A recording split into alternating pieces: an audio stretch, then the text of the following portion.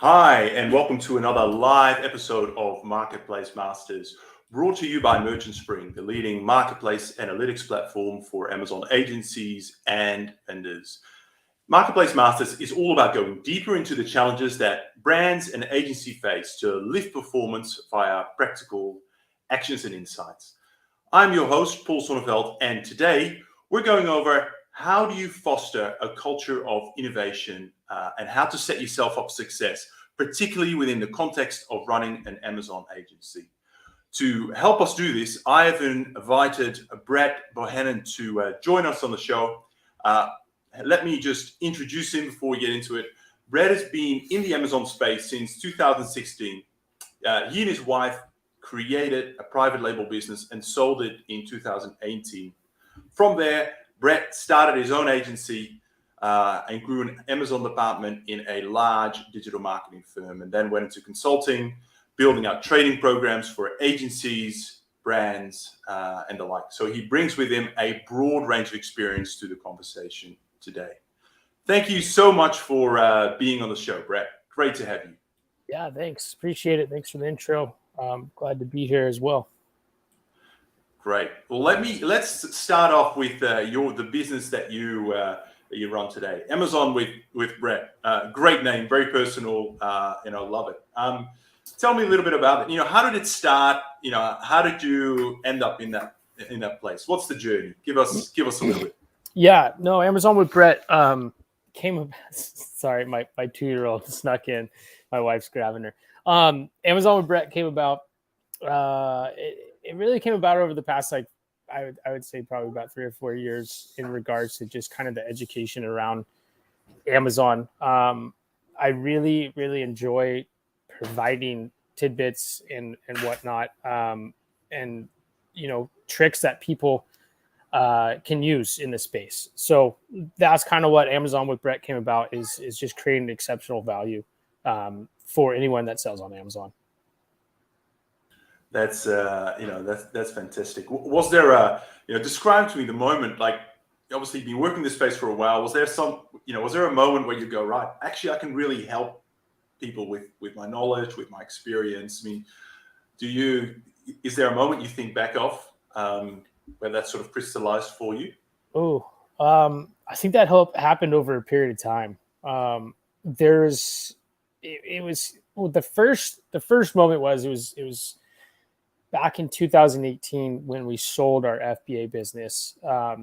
Ryan Mulvaney, I'm sure some people here listening know the gentleman. He was actually kind of a mentor of mine during that time. He runs Quiver for a long time. He's been in the Amazon space forever. He's also a friend of mine. But I basically was like, hey, you have a knowledge that not too many people do.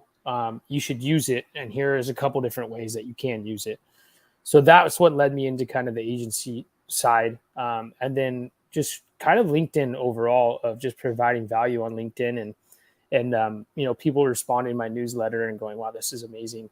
Kind of helped that go. I forget what it's called, but there's a moment that people that with knowledge think that everyone else knows it as well.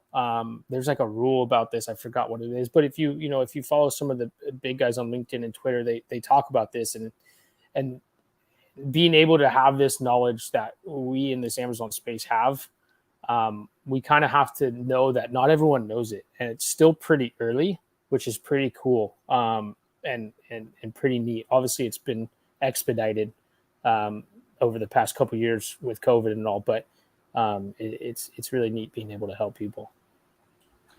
So let's talk a little bit more about Amazon with Brett. What is it that how do you work with clients today? What are the services that you offer?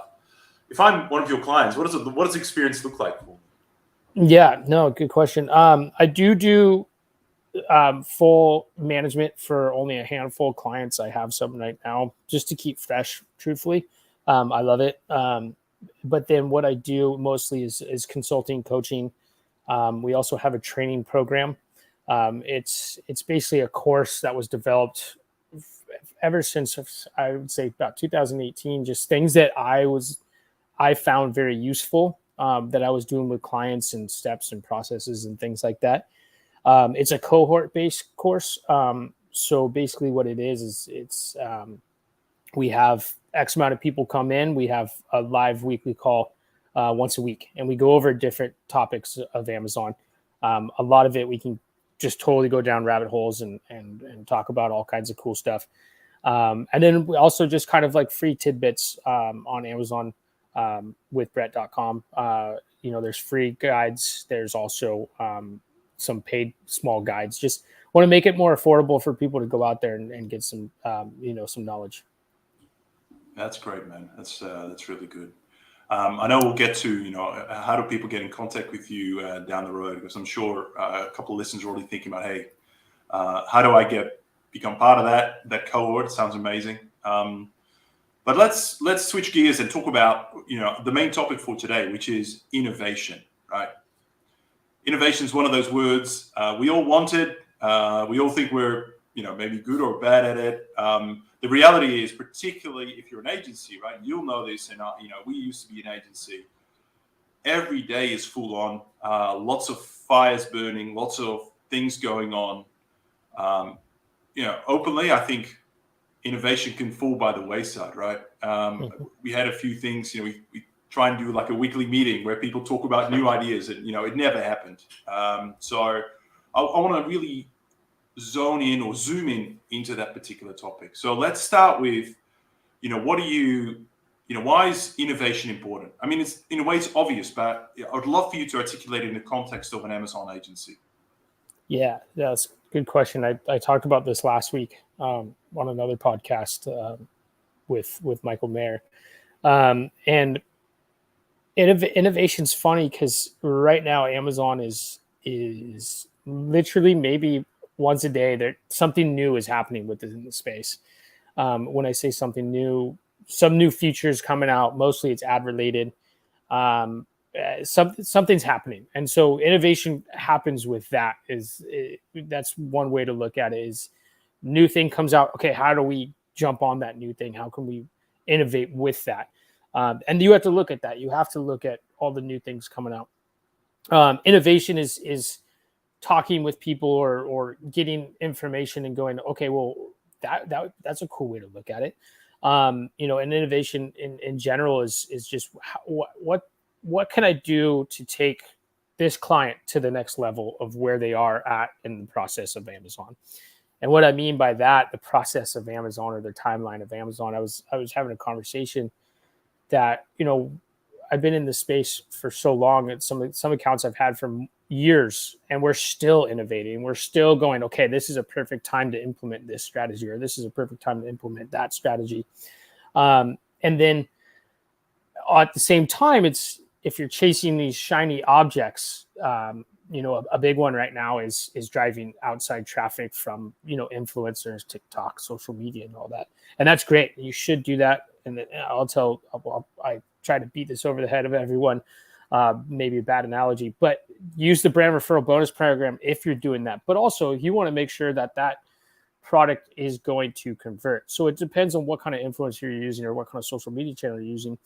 But the best thing to do is have the foundation set.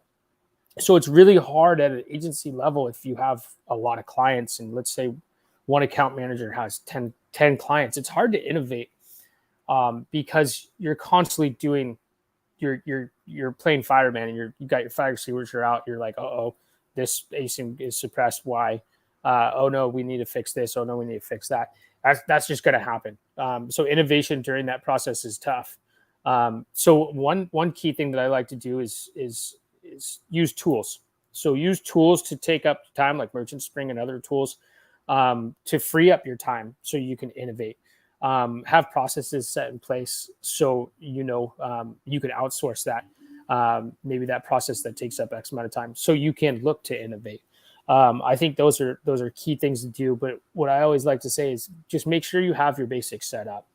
Make sure your stock's there. Make sure your listings going great. So if you're in a funnel perspective, if you're driving top of the funnel people to that listing, they're going to convert. So you want to just make sure that everything's dialed in. Yeah, no, there's some really great points there actually, and thanks for the Merchant Spring plug. I'm going to ask you about some other tools till soon as well, but it does resonate with me in the sense that, one of the things that we try to do, and a lot of tools try and do this as well. I don't think we're exclusive in that, but how do you take away, particularly the sort of the heavy administrative aspects that actually I've always thought about. They kind of do two things. They take up time is value, but also they take up that kind of mental capacity. They really kind of that very mundane work, and that it sort of kills off any creative thoughts because you're just in kind of on a treadmill and trying to get through particular tasks. So, which sort of leads me to ask you around, what are agencies? I mean, I know you've worked with lots of agencies. The agencies that you've seen this do really well. What sort of tools, processes do they have in place? And appreciate every business is different, but are there things you've seen say, man, this is brilliant, this works well? Yeah, I think it's hard to say, but what I think works the best is leaning on individuals that is their strong suit. So for instance, let's just say you got someone on your team that's really strong with SEO. But lean on that person for SEO because they're going to like doing it a little bit more, or lean on someone that has the ability to take care of something with excitement rather than just like, boringness. I think right now, and I was actually thinking about this today, is that you're going to have to do some boring stuff right these days. And boring stuff is just that, it's boring, but sometimes you got to do it. But the biggest thing is be able to take some time for those creative juices. So a lot of that happens differently for individuals. It might be meeting with teams and going, okay, what's new? What have you heard new in the Amazon space? And how can we help our clients with that new feature or that new bells and whistles? I personally love getting out in nature, being near water, going for a walk. That's where my creative juices flow and innovation happens. A lot of times I'll see something on LinkedIn or something. And then it's really funny because it's funny because these innovation, where does it actually arrive from? Like who's the one who said this is going to work? Because it does, but it gets trickled down into this funnel of information from all these people. And I think it's really neat. But what I do is I always like to kind of look at something and go, okay, that looks cool.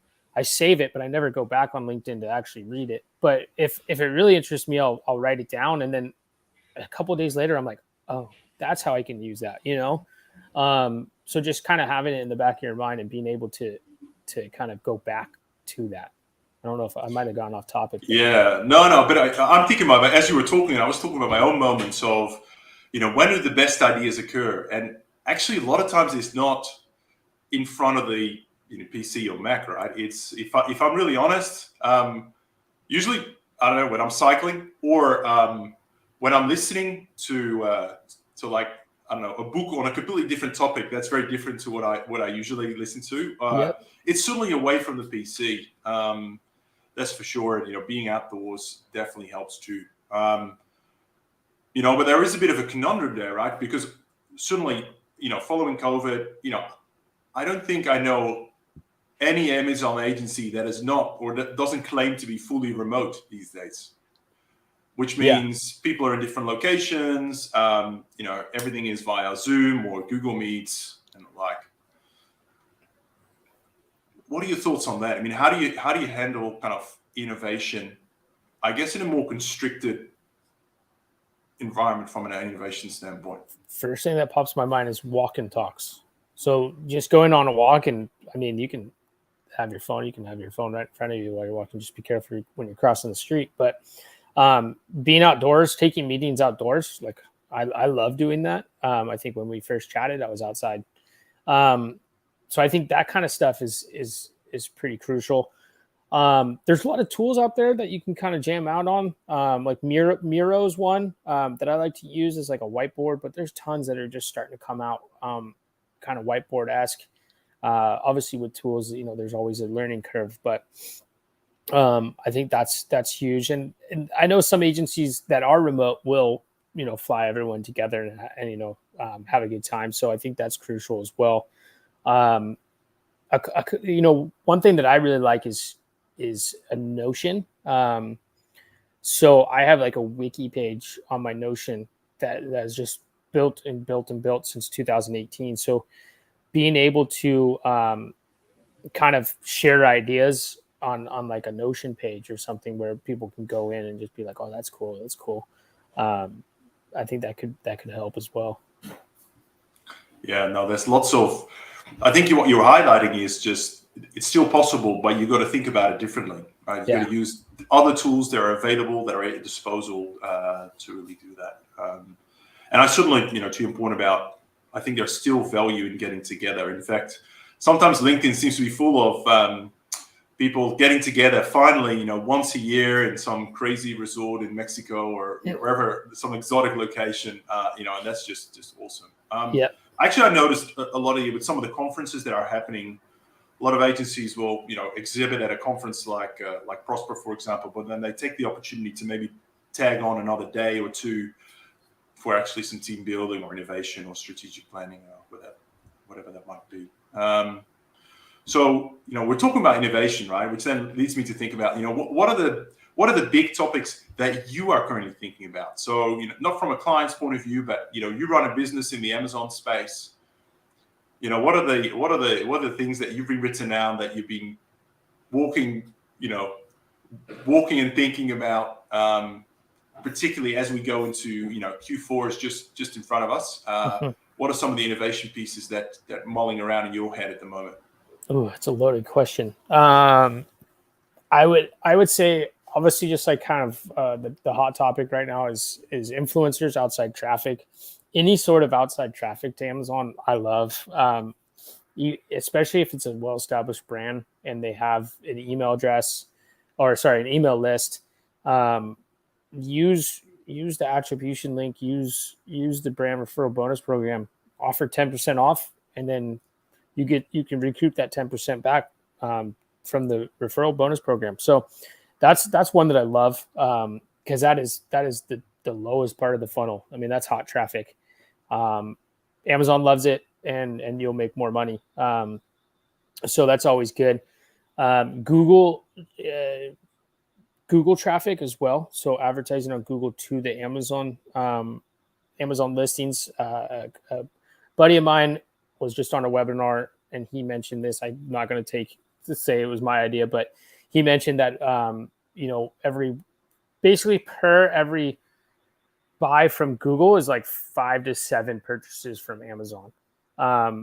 So it's weighted more. So it just kind of shows that Amazon just loves that outside traffic. So that's the biggest thing that I'm looking at. And you hear it all the time. It's nothing new. But with reviews and everything just getting harder and harder and harder. And what I mean by that is that it's harder to do the black hat tactics that people were doing, which is a great thing. And Amazon's put in those kind of policies and new things to make that happen. So that outside traffic right now is kind of got the spotlight on it. So that's really cool. And Amazon's pushing it. One other thing that I really love is noticing what Amazon is changing in their UX. Because if you kind of look at it and go, oh, okay, like yesterday I posted how they're starting to do spaces and bullet points on some, and I noticed it the other week. It doesn't mean it's going to happen. But it gives you the ability that Amazon's focusing on something. So, everyone's like, oh, imagery, it's bullet points are dead, but it all ties together. So, having strong bullet points is still crucial because of what they're doing on their UX. So just noticing what Amazon's changing can kind of lead into an innovation in itself. Yeah, that is really interesting. You're observing. It's almost like you're trying to draw a psychological profile of what Amazon's doing by observing all the kind of outside changes and then drawing some inferences from that. And then how do you play into that? How do you take advantage of that? That is super, super interesting. By the way, the other point you mentioned earlier, I think is really, really useful. Like, innovation isn't always about, hey, I've got to come up with this brand new, no one's ever thought of idea. Like a lot of times, I mean, this is this is what I do. Some people may call it plagiarize, but I might just stumble upon a good idea, and then it's just that little tweak in terms of, how can that apply to my business, to my context, to my problem that I'm trying to solve. Yep. That pushes that thinking forward, which is in my book true innovation, for sure. Totally. I'm a firm believer of not reinventing the wheel, but utilizing it and maybe doing a tweak, like you said. Like everyone's talking about, outside traffic and whatnot, and that's great. But it's like, okay, well, if you have an audience, use that audience first. Go through that, and then go towards that more middle of the top of the funnel. Maybe that's the way you do it. So it's not going to be all cut and dry for everybody. How people put it. But you're right. I don't think it's plagiarism. I mean, if it's a good idea and people are sharing it, by all means, man, try it on. If it works, that's great. And maybe make it a little tweak and it'll work even better, Yeah. Well, that's the other point, isn't it? It's always, it's not just do it once and it's kind of a fail or success type of outcome. It's do it once, learn a bit more, tweak it, learn a bit more, improve it. Sometimes you still end up throwing it in the bin. But sometimes you end up with something really, really good. So there's a big, persistence is such a big key to that as well. Awesome. Hey, before we wrap up, I wanted to ask you about Prime Day, right? Second Prime Day this year, somewhere in October, perhaps. What are your thoughts? Good? Is it a good thing? Is it a bad thing? How do you think about it? I think for people like my mom, it's going to be great for the consumer side because she always buys her presents way early, like absurdly early. So those people that are looking for deals for Christmas time, I think it's going to be good because of that. That could lead into potentially the Black Friday, Cyber Monday being a little bit softer than it has been in the past years. I don't know. But that could be, a theory there.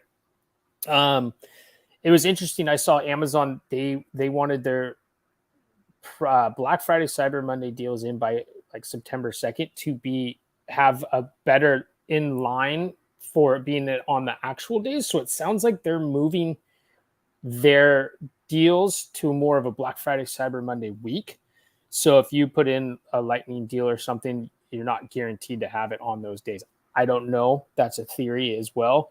But they haven't put in submissions for the October Prime Day, which is kind of interesting.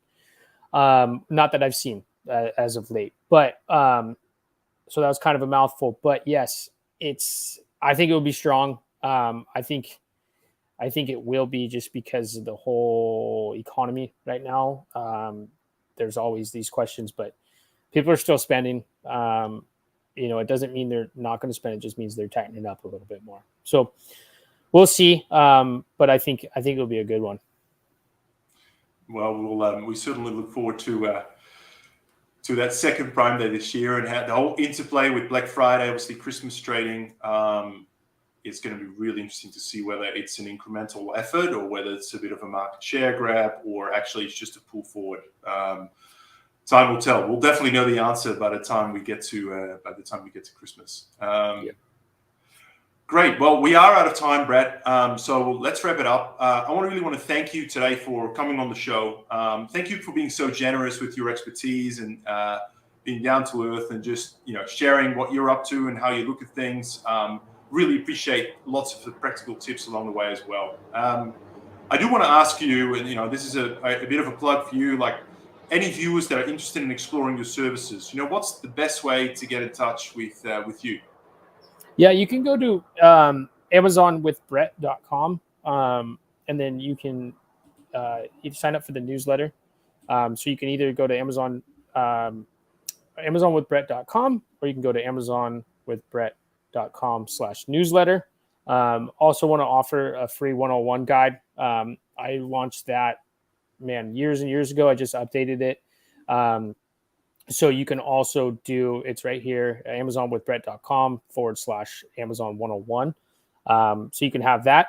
And then when you download it, just check your email and subscribe, and then you'll get my weekly newsletters. So these newsletters are about, 5 minutes of tips tips and tricks of just what to do on Amazon. So a most recent one was about how to pull what day of the week is your best selling day.